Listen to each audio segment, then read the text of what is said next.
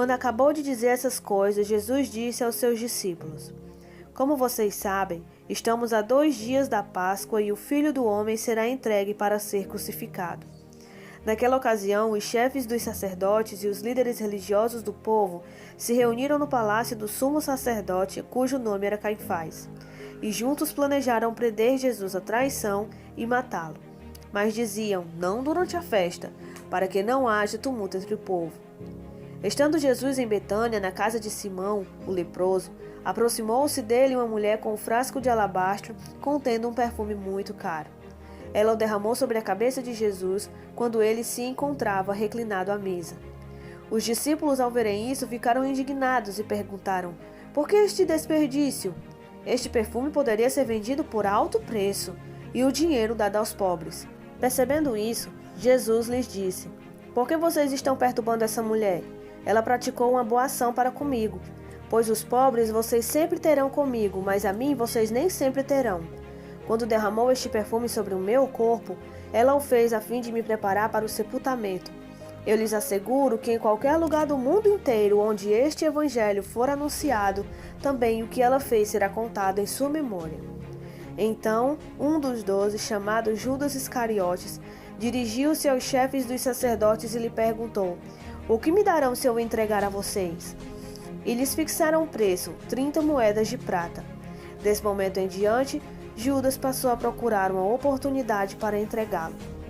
No primeiro dia da festa dos pães sem fermento, os discípulos dirigiram-se a Jesus e lhe perguntaram: Onde queres que preparemos a refeição da Páscoa? Ele respondeu dizendo que entrassem na cidade, procurassem um certo homem e lhe dissessem: O mestre diz, o meu tempo está próximo. Vou celebrar a Páscoa com meus discípulos em sua casa. Os discípulos fizeram como Jesus os havia instruído e prepararam a Páscoa. Ao anoitecer, Jesus estava reclinado à mesa com os 12, e enquanto estavam comendo, ele disse: Digo-lhes que certamente um de vocês me trairá. Eles ficaram muito tristes e começaram a dizer-lhe, um após o outro: Com certeza não sou eu, Senhor. Afirmou Jesus: Aquele que comeu comigo do mesmo prato há de me trair. O Filho do Homem vai, como está escrito ao seu respeito. Mas ai daquele que trai o Filho do Homem. Melhor lhe seria não haver nascido. Então Judas, que haveria de traí-lo, disse: Com certeza não sou eu, mestre. Jesus afirmou: Sim, é você. Enquanto comiam, Jesus tomou o pão, deu graças, partiu e os deu aos seus discípulos, dizendo: Tomem e comam, isto é o meu corpo.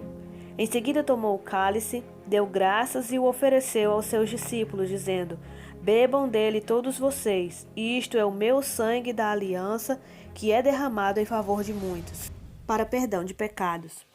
Eu lhes digo que de agora em diante não beberei deste fruto da videira, até aquele dia em que beberei o vinho novo com vocês no reino do meu Pai. Depois de terem cantado o hino, saíram para o Monte das Oliveiras. Então Jesus lhes disse: Ainda esta noite todos vocês me abandonarão, pois está escrito: Ferirei o pastor e as ovelhas do rebanho serão dispersas. Mas depois de ressuscitar, irei adiante de vocês para Galileia. Pedro respondeu: Ainda que todos te abandonem, eu nunca te abandonarei.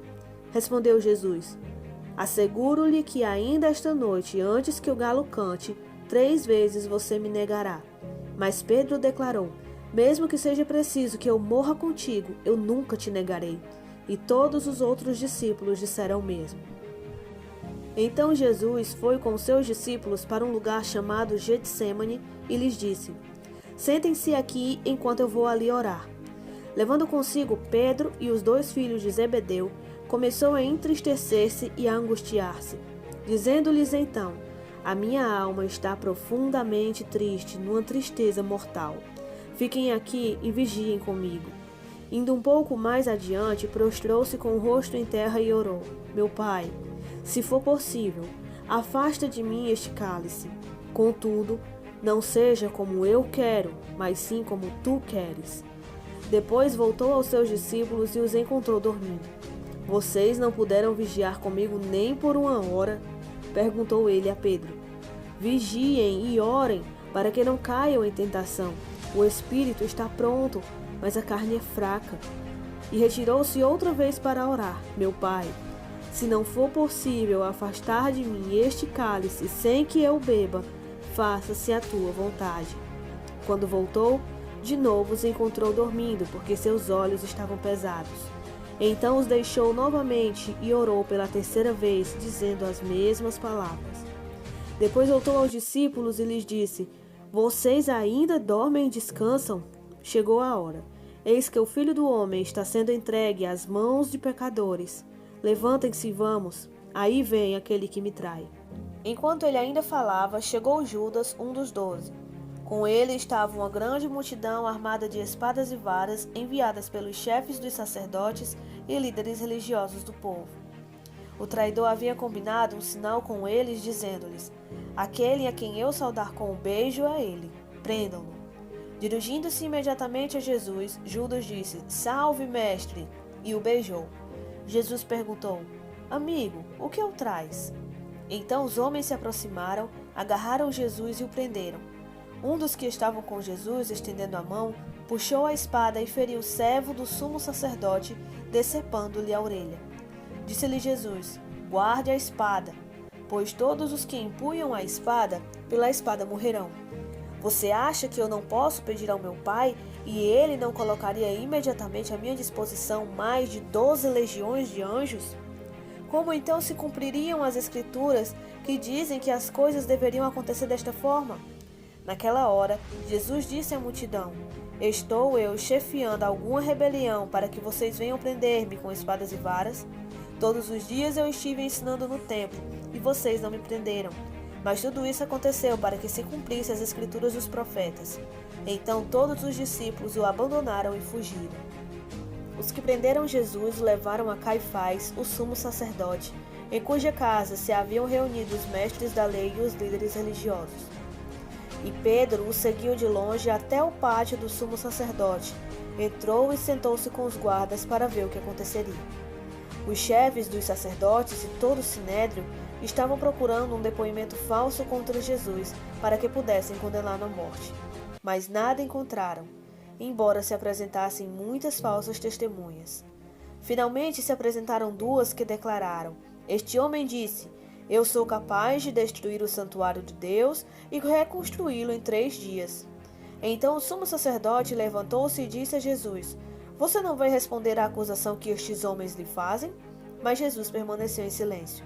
O sumo sacerdote lhe disse: Exijo que você jure pelo Deus vivo. Se você é o Cristo, o Filho de Deus, diga-nos.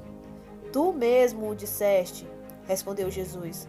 Mas eu digo a todos vós: chegará o dia em que vereis o Filho do Homem assentado à direita do Poderoso e vindo sobre as nuvens do céu. Foi quando o sumo sacerdote rasgou as próprias vestes e disse: Blasfemou! Por que precisamos de mais testemunhas? Vocês acabaram de ouvir a blasfêmia. O que acham? É réu de morte, responderam eles. Então alguns lhe cuspiram no rosto e lhe deram murros. Outros lhe davam tapas e diziam: Profetize-nos, Cristo. Quem foi que lhe bateu? Pedro estava sentado no pátio e uma criada, aproximando-se dele, disse: Você também estava com Jesus o Galileu. Mas ele o negou diante de todos, dizendo: Não sei do que você está falando. Depois saiu em direção à porta, onde outra criada ouviu e disse aos que estavam ali: Este homem estava com Jesus o Nazareno. E ele, jurando, negou outra vez: Não conheço esse homem.